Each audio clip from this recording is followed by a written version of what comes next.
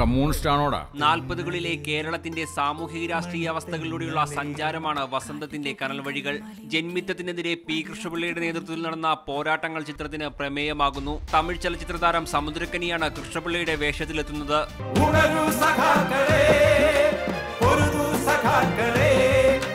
കനൽ വഴികളെ കടന്നു ചെന്നാൽ ചുവന്ന പൂക്കാലം, നമ്മുടെ ചുവന്ന പൂക്കാലം.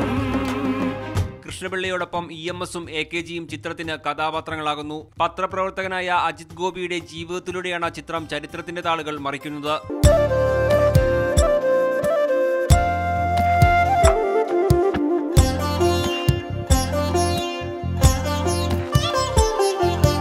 തെന്നലേ മണിത്തെന്നലേ, നിന്റെ നെഞ്ചിലെ പൂമണം ആരുമറിയാതൊളിപ്പിച്ചു വെക്കണതെന്തിനാണ്?